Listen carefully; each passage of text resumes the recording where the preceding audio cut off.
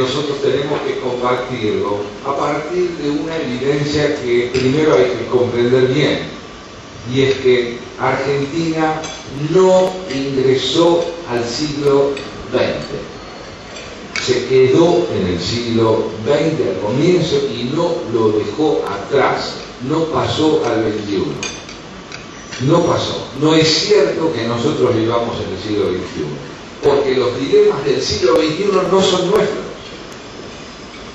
No tenemos problemas interesantes, tenemos problemas graves. Los problemas interesantes son hijos de la capitalización de los problemas graves. Esto sería poder llevar adelante el pasaje del hombre antiguo al hombre moderno, al ciudadano.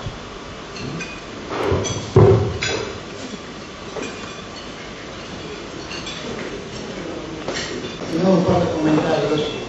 Cuando escuchaba nuestro distinguido disertante, recordaba que en 1910 Joaquín B. González escribió algo que era el juicio del siglo. De alguna manera, hombres como nuestro disertante están contribuyendo a escribir o a expresar el juicio de dos siglos. Quiero recordar en 1946, yo tenía 18 años, ahora tengo 81, tuve ocasión de escuchar en el Teatro Odeón al escritor español Salvador de Madariaga, que curiosamente era ingeniero en minería, hablando sobre una definición de la democracia que muchas veces he empleado con mis alumnos. Y era así: la democracia es el sistema de gobierno en que el establecimiento de las leyes está arreglado por la voluntad de la mayoría, con la condición indispensable de que esa mayoría exprese su opinión en una forma libre, consciente, ilustrada, informada, y que estén debidamente asegurados los derechos de todos. Es una definición que yo he empleado muchas veces con mis alumnos. Creo que tenemos un concepto un poco superficial de la democracia. La democracia tiene un sentido no solo cuantitativo, sino cualitativo. Yo quisiera preguntarle acerca de esto. Importante que agrego que usted le introduzca. Personalmente yo considero que lo que la democracia tiene de interesante en el orden de su enunciación abstracta es que es un régimen de sospecha. Realmente yo diría que hay regímenes de certeza y regímenes de sospecha. Los regímenes de certeza son los regímenes totalitarios, propiamente dichos, que descansan sobre un diagnóstico terminal sobre la realidad. Todo buen nazi sabe lo que es un judío y lo que es un ario. Todo buen comunista sabe al mismo tiempo lo que es un revolucionario y lo que no lo es, desde el punto de vista stalinista. ¿Cómo? No le escuché. Todo ser humano sabe lo que es. Todo ser humano sabe lo que es. No se trata de saber. Pero vamos después le damos la palabra al jefe. Sin duda. Entonces, los regímenes totalitarios son regímenes de certeza, mientras que la democracia, idealmente concebida, es un régimen de sospecha. ¿En qué consiste la sospecha democrática? Bueno, la sospecha democrática parte de un diagnóstico antropológico que me parece interesante. La democracia parte de la idea de que todo individuo debe ser de alguna manera permanentemente confrontado con otros para ver hasta dónde la consistencia de lo que dice y de sus actos es consecuente. Entonces, si por un lado está habilitado por el derecho para ejercer su independencia, por otro lado se tiene que ajustar a la ley para demostrar que cumple con ello. La existencia de tres poderes muestra hasta qué punto lo que uno de ellos decide no es suficiente. La interdependencia de los poderes pone a circular esta idea de la sospecha, que me parece tan interesante. Todo debe ser sometido a revisión, permanentemente a revisión, porque un solo juicio elaborado desde una única perspectiva es insuficiente. La democracia democracia es profundamente relativista en su concepción del hombre. Dice que el hombre, si se empeña, puede ser mejor, no bueno. Parte de la idea de la valoración del progreso, no del alcance de sus logros. Entiende que el hombre es un ser estructuralmente equivocado que se puede redimir. Es decir, no está condenado a hacer un error, sino a caer en el error, y que puede arrepentirse del error en el que cae y volver a empezar. Esta idea que la democracia tiene del hombre como un ser perfectible y siempre insuficiente, genera una honda necesidad de convivencia con el prójimo. ¿Por qué es indispensable que seamos más de uno? Es indispensable que seamos más de uno para que no caigamos en la tentación de creer que mi palabra es lo real. No siempre en el sur de este país ha preponderado esta visión del lenguaje. Pero de todas maneras es evidente que si hoy la democracia está en peligro en la Argentina es porque el monólogo ha venido a reemplazar la posibilidad de seguir existiendo un régimen de sospecha. Hay una distinción clave entre un sospechoso y un paranoico. Pero el hombre que está bajo sospecha no es un hombre que no merece confianza, sino que es un hombre que merece confianza en el marco de un cotejo incesante de cambios de punto de vista entre distintas personalidades. Por lo tanto, no es ingenua la democracia, es más bien suspicaz. Es muy difícil de ejercer porque vulnera permanentemente el narcisismo del que crea haber entendido. Las instituciones, al convertir en materia de debate aquello que uno piensa, tienden fatalmente a relativizar el valor absoluto de lo que se ha comprendido. Y toda verdad alcanzada por consenso implica precisamente una caída, una pérdida de significación y protagonismo de lo que uno solo ha comprendido. No hay negociación política sino allí donde uno esté dispuesto a entender que la realidad que importa consensuar es mucho más importante que la razón que uno pueda tener. Cuando la realidad es aceptada como espacio de negociación, la verdad es descubierta como lo tramitado colectivamente y no como aquello de lo cual uno es poseedor o encarnación. Hoy las democracias están en crisis. No solo las democracias dependientes, las pseudo-democracias dependientes de las que nosotros formamos parte, sino las democracias centrales. ¿Por qué? Porque el circuito de enunciación ha sido tomado por el monólogo de la especulación, el egoísmo, la avaricia y la descalificación del prójimo. Las llamadas naciones centrales han leído poco a los griegos. Y de pronto se ven sorprendidos por la desmesura de la avaricia, por la locura de la perversión, como si ser norteamericano o europeo implicara estar fuera del campo de la finitud y de la angustia de la finitud. No hay sistemas perfectos si no se los vigila incesantemente para que no sean devorados por la ilusión de su omnipotencia. Estamos expuestos a la fragilidad si queremos vivir en democracia, pero no estoy persuadido de que querramos vivir en democracia.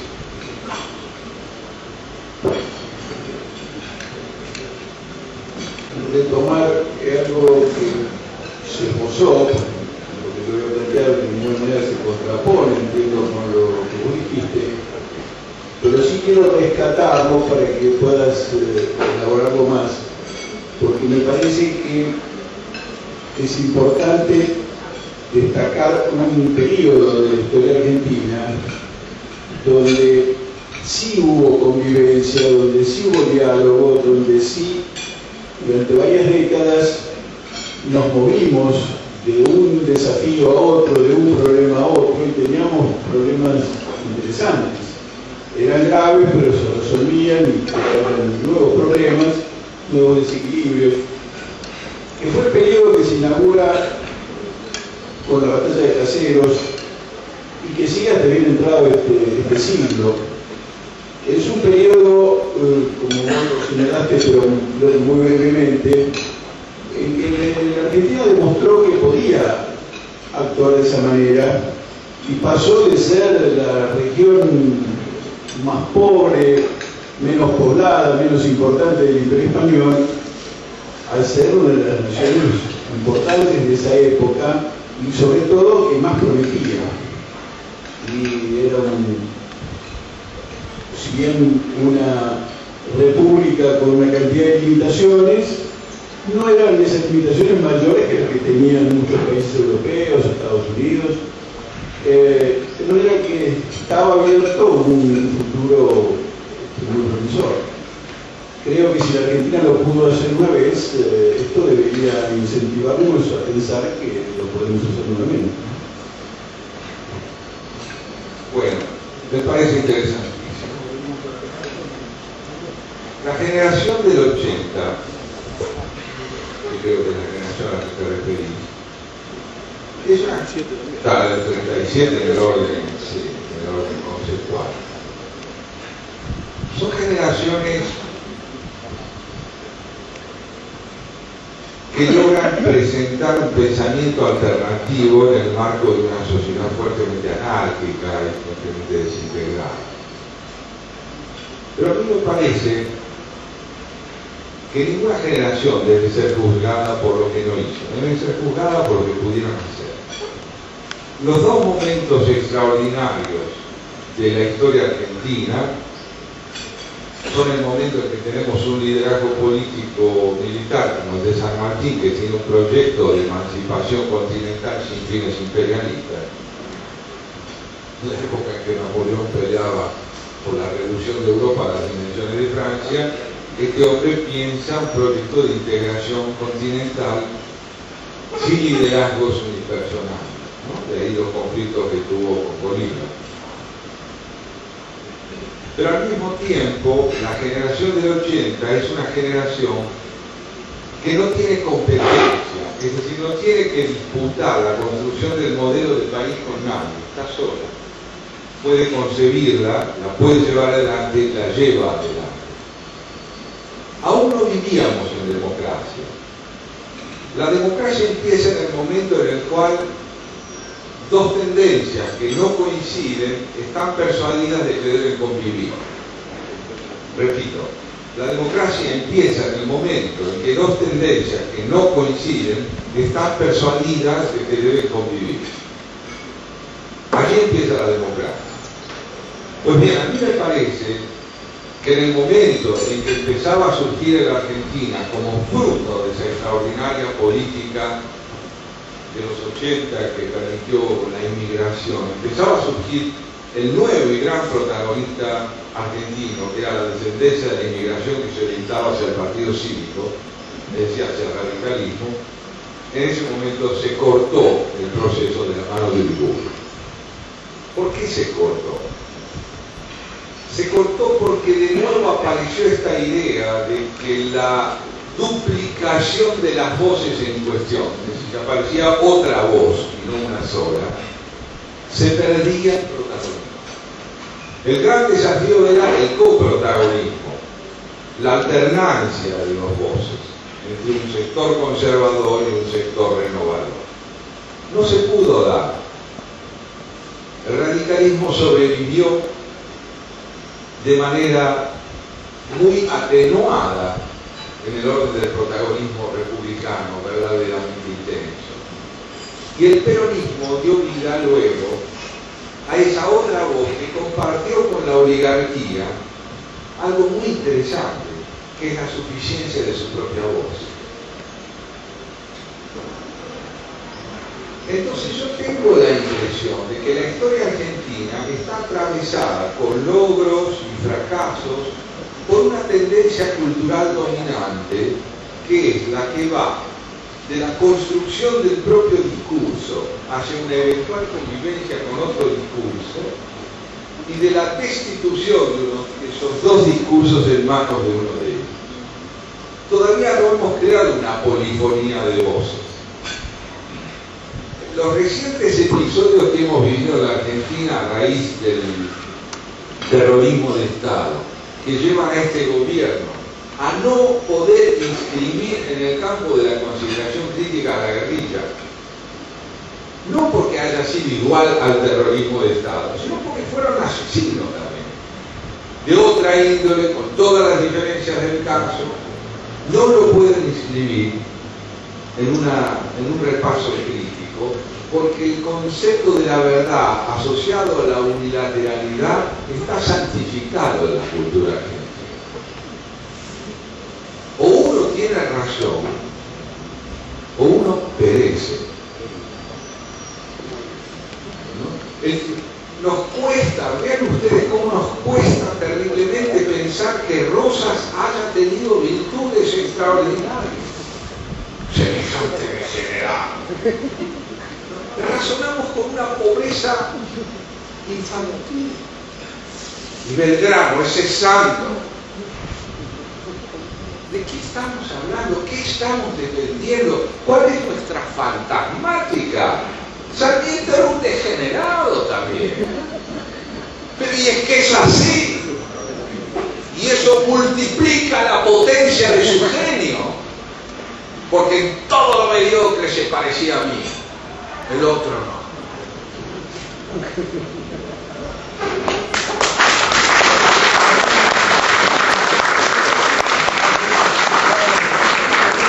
Entonces nos extravía el maniqueísmo.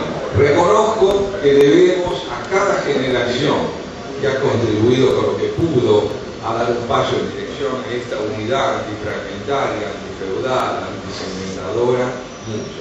Pero lo cierto es que la Argentina para mí se sigue debatiendo en el marco de un repertorio de conceptos que impiden superar el maniqueísmo. El trabajo intelectual de campo que tendría que hacer como compromiso, ¿no es cierto?, a futuro, la historiografía actual, para hacer un aporte lúcido a la nación que queremos todos. Habiendo tantas versiones de nuestra historia nacional, habiendo tantas teorías, algunas llamadas recalcitrantes, conservadoras, liberales, etc., y otras modernosas, en donde se manipula la documentación y las fuentes, en donde se manipula con cierto descaro la historia nacional para dar un mensaje equivocado a una sociedad que lamentablemente no tiene una formación en historia nacional interesante como para poder discriminar lo que está bien y lo que está mal, y se está creyendo que esas cosas han sido así verdaderamente.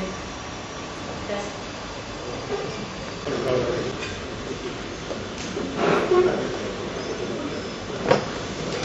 Mire, la idealización siempre es mala consejera. ¿Por qué es mala consejera la idealización? Porque congela el significado. Algo que está inequívocamente idealizado forma parte de un diagnóstico terminal y definitivo. No puede haber historia allí donde prepondera la idealización,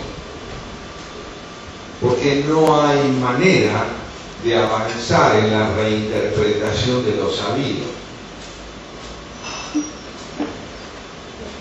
Del mismo modo, la denigración, cuando es absoluta, propone un certificado de defunción.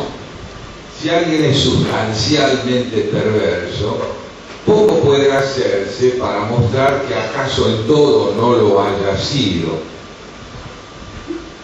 La historia, creo yo, es fecunda cuando reabre el enigmático problema de saber que muchos hombres mediocres en ciertas cosas han sido geniales y ciertos hombres geniales en muchas cosas han sido mediocres. Si podemos concebir la historia a partir de un concepto del hombre, de una idea antropológica por la cual el genio es una aptitud que no da cuenta de la subjetividad entera del individuo, sino que es un rasgo dominante de su personalidad, y que si uno reduce una personalidad a los rasgos de la genialidad, se queda sin el sujeto. Entonces uno puede empezar a pensar cómo puede trabajar la historiografía en un país enfermo de maniqueísmo como es la Argentina. La patología del maniqueísmo es hija de la idea de que el otro es enemigo. El otro es el tucumano, al que yo como salteño no quiero tener cerca. La historia que trabaja por la democracia, trabaja por la restitución de complejidad al pasado. La historia que trabaja por la visión idealizadora de la vida, trabaja por la cristalización de los significados y del pasado. Los decreta definitivos, inamovibles, comprendidos, establecidos. Entonces, no puede llevarse a cabo un trabajo de democratización en la comprensión del proceso histórico, un trabajo de historificación crecientemente democrático, si esto no forma parte de las urgencias más íntimas de un país que quiere transitar de la inmovilidad a la movilidad. Quiero contarle algo que es muy conmovedor para nosotros. Cuando las colonias norteamericanas le declararon la guerra al Imperio Británico, eran 13. Buena parte de ellas estaban en el sur y vivían de la explotación de la esclavitud. Los estados del centro-norte no, pero los del sur vivían de la esclavitud. Cuando llegó la hora de organizarse para enfrentar a los británicos, se planteó un problema muy grande entre los 13 estados, y es que los norteños decían: ¿cómo vamos a llevar adelante nosotros un proyecto de independencia del imperio si adentro nuestro mantenemos la esclavitud? Los estados sureños le decían: señores, nosotros queremos evitar que el producto de nuestro trabajo vaya a parar primordialmente a mano de los ingleses, pero queremos que rinda para nosotros, no podemos prescindir de la esclavitud. La guerra por la libertad es contra Gran Bretaña. El problema no tenía solución. Washington y 3 hombres más de su más cercana oficialidad lograron que se hiciera un pacto entre los estados norteños y los estados del sur. El proyecto fue el siguiente: echemos a los ingleses, démonos unos 30 años para afianzar las instituciones republicanas en todo el país y empecemos a enfrentar después el problema entre nosotros de qué hacer con la esclavitud, aún a riesgo de ir a una guerra civil, pero dentro de 40 años. Esta manera de razonar es lo que a mí me interesa. Me interesa porque está hablando de la capacidad de administrar los conflictos. En una sociedad inmadura, los conflictos no aparecen administrados, ordenados, planificados, sino que aparecen avasallando como un aluvión la sensibilidad de todos en todo momento. Entonces todo se discute junto. Lo mismo pasa con las figuras históricas. Confrontamos a los buenos con los malos, a los idóneos con los réprobos. Me parece que toda nuestra cultura está impregnada por esta necesidad de aislar al bien del mal. Kirchner, y permítanme nombrarlo una vez, ¿por qué quiero ser sobrio? ¿Por qué Kirchner no es un hombre interesante? Porque está persuadido de que la lucha es entre el bien y el mal. Si la lucha es entre el bien y el mal, y por lo tanto él representa al bien, la democracia como sistema de confrontación de ideas y de debate está de más para él. Entonces él es un caudillo que aspira a llevar el país más allá de la democracia hipócrita en la que hemos vivido hasta ahora bajo el peso de las oligarquías y las burguesías urbanas. Oírlo es muy interesante porque uno advierte que el hombre está conceptualmente congelado. Es decir, que no dispone de categorías dúctiles para analizar el proceso que estamos viviendo en el país. Y nos hace acordar aquella sentencia de John Locke, la humorística, que decía: si la realidad no coincide con mis palabras, pero para la realidad. Ahora, la realidad y las palabras no coinciden nunca. Ninguna palabra contiene por completo a la cosa que nombra. Hay democracia donde la conciencia de la insuficiencia del vocablo para nombrar las cosas está bien. Porque si yo sé que mi palabra no da cuenta del objeto, te cedo la palabra. Si yo estoy convencido de que mi palabra dio cuenta del objeto, te llamo destituyente. ¿Se entiende?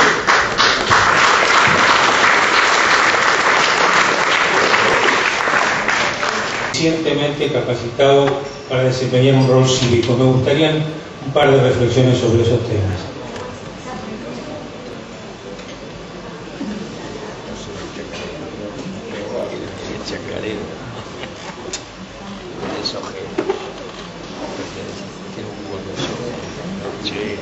Tendríamos que volver con mucho cuidado sobre lo que significó el fracaso del proyecto formalmente transversal del presidente Kirchner cuando llegó al poder. Ustedes recordarán que una de las primeras tentativas de Kirchner fue dejar de lado al peronismo como fuerza hegemónica de la configuración de su poder y horizontalizar la convocatoria para que las fuerzas que representaran su hegemonía proviniesen de un espectro conceptual, político e ideológicamente muy amplio.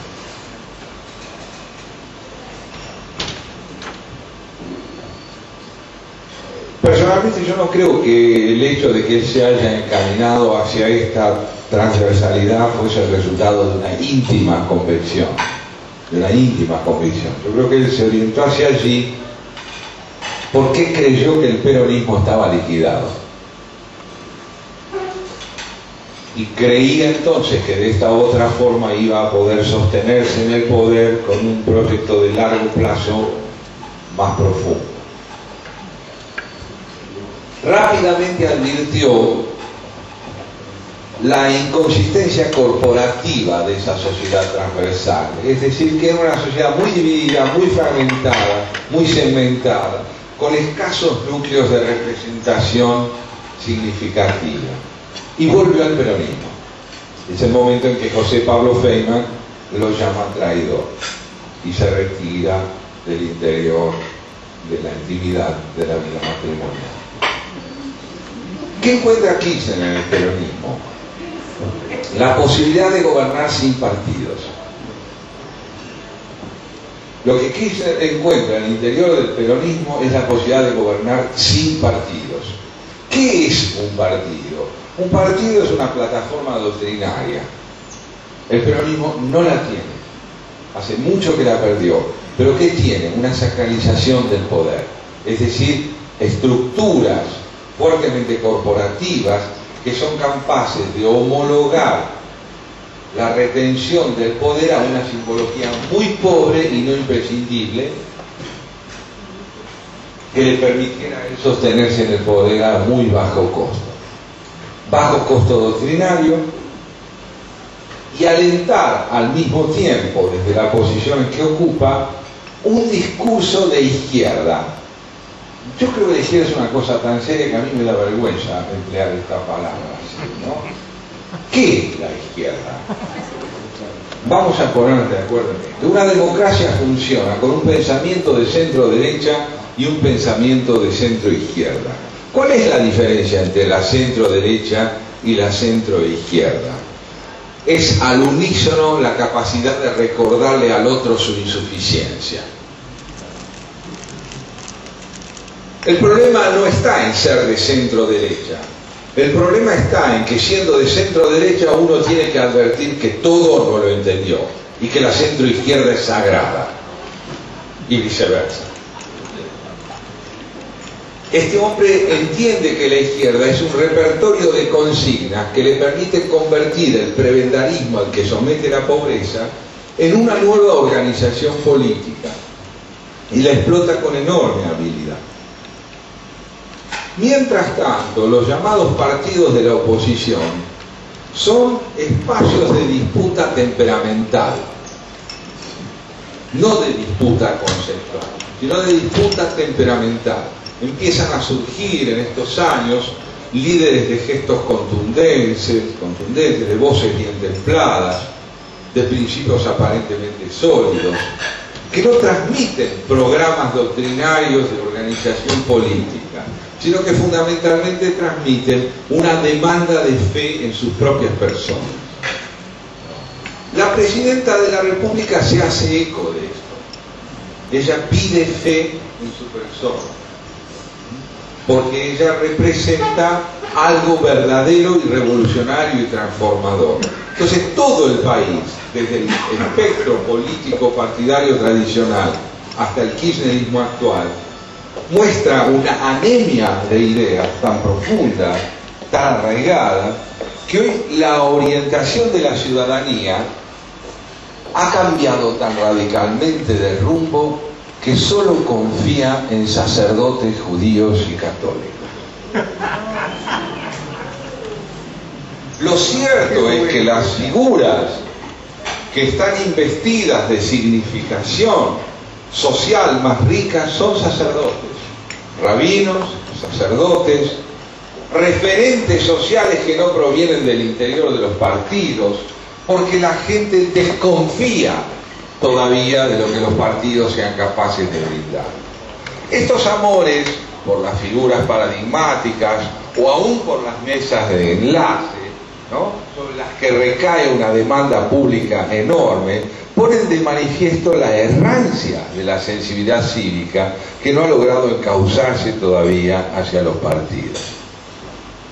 Es necesario que los partidos recuperen significación, pero lo que hoy la gente está esperando de los partidos no es que uno de ellos nos convenza, sino que todos ellos adviertan que es prioritario elaborar un repertorio de principios fundamentales que se comprometan a cumplir, gane quien gane y gobierne quien gobierne.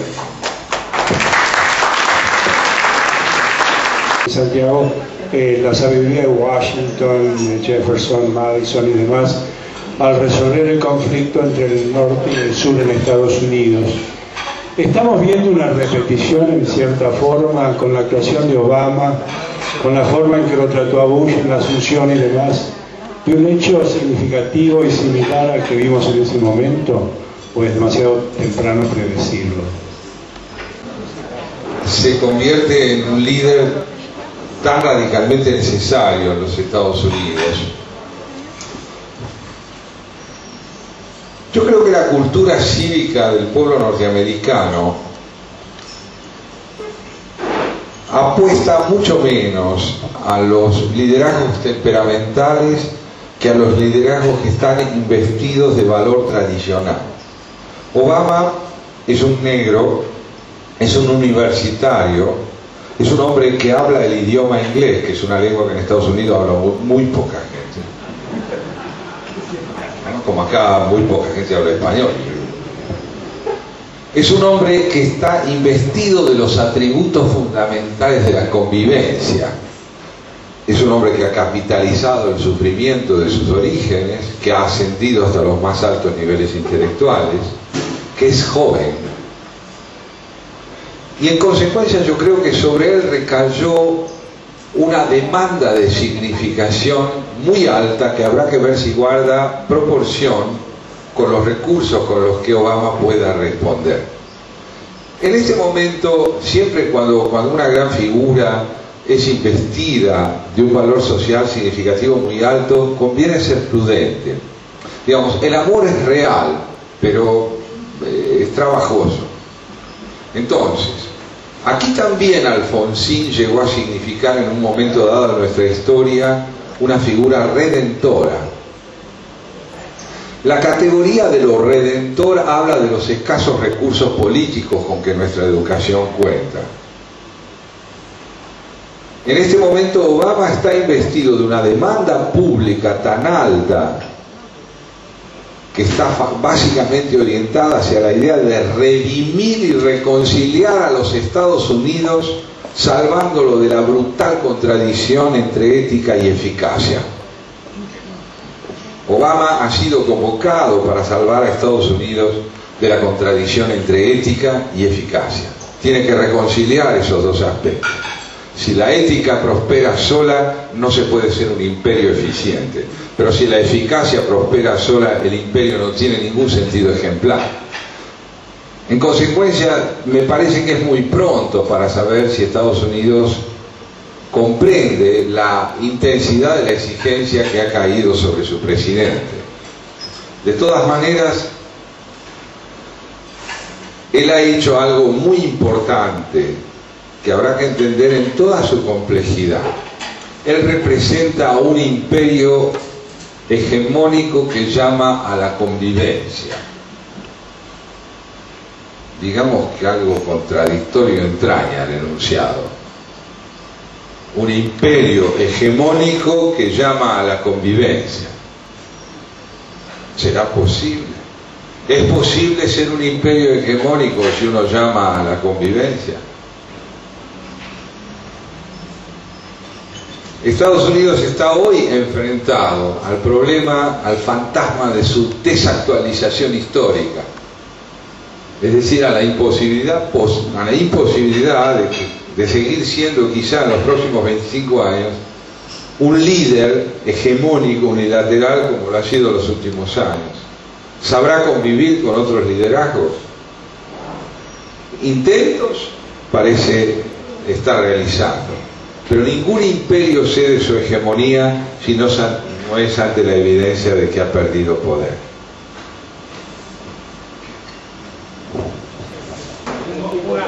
Una última pregunta.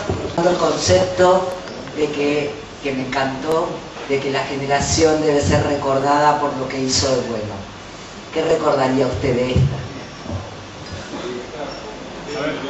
Sí, yo por eso dije de la nuestra. Porque me imaginé que iba a completar eso. Muy bueno.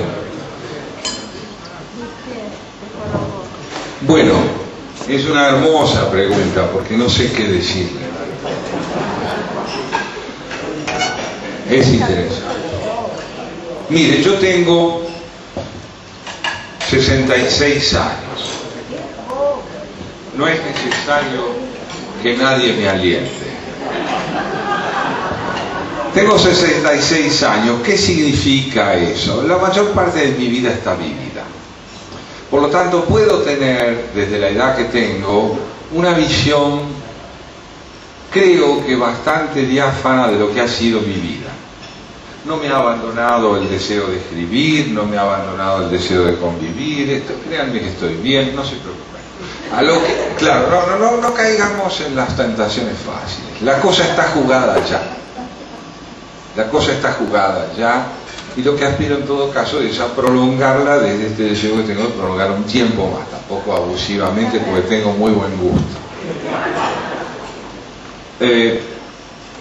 La mía es una generación que se caracterizó, desde donde yo la entiendo, por el pasaje de la teología a la sacralización de lo secular. ¿Se entiende lo que quiero decir? Es una generación que abandonó el campo de la religiosidad y santificó el campo de la historia. Entendió que la historia podía ser redimida a través de un proceso que le devolviera al hombre la posibilidad de serlo plenamente en este mundo. Este pasaje de lo religioso a lo secular es el pasaje de una mirada que se alza hacia el cielo buscando redención en el más allá, a una mirada que vuelve sobre la tierra y decide realizar la redención acá.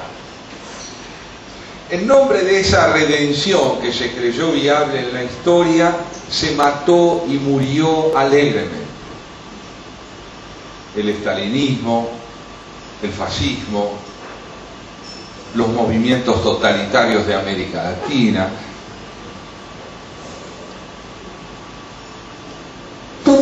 caracterizó a mi generación desde el punto de vista estrictamente político fue la presunción de que el mal estaba en el otro.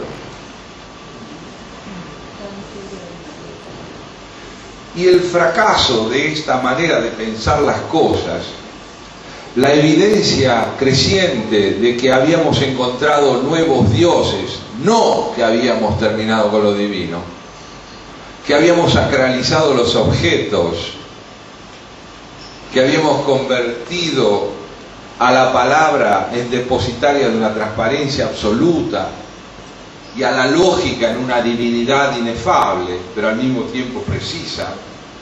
Todo esto hizo de nosotros la última generación argentina que creyó que era posible pertenecer al terreno de lo inequívoco.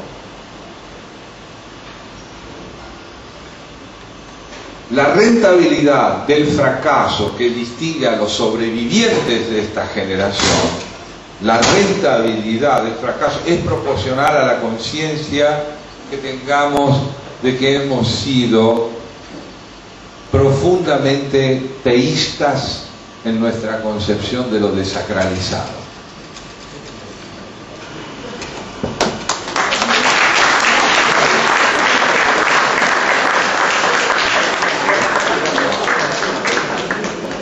A Santiago Kovatlov que nos haya acompañado en esta velada que creo que va a ser memorable.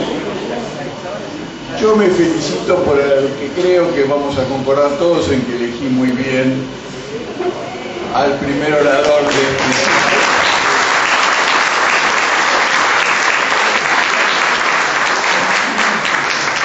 Los insto a todos a seguir acompañando el ciclo de la Liga de Clubes Centenarios. Va a continuar realizando, como he dicho, alternativamente en cada uno de los clubes miembros. Los invito además a considerar este club como su casa, un club que se ha caracterizado justamente desde su fundación por promover el diálogo, la confrontación de ideas, el pluralismo en todo sentido, de manera que están todos invitados a todas nuestras actividades, y les agradezco entonces que nos hayan acompañado en esta oportunidad. Muy buenas noches.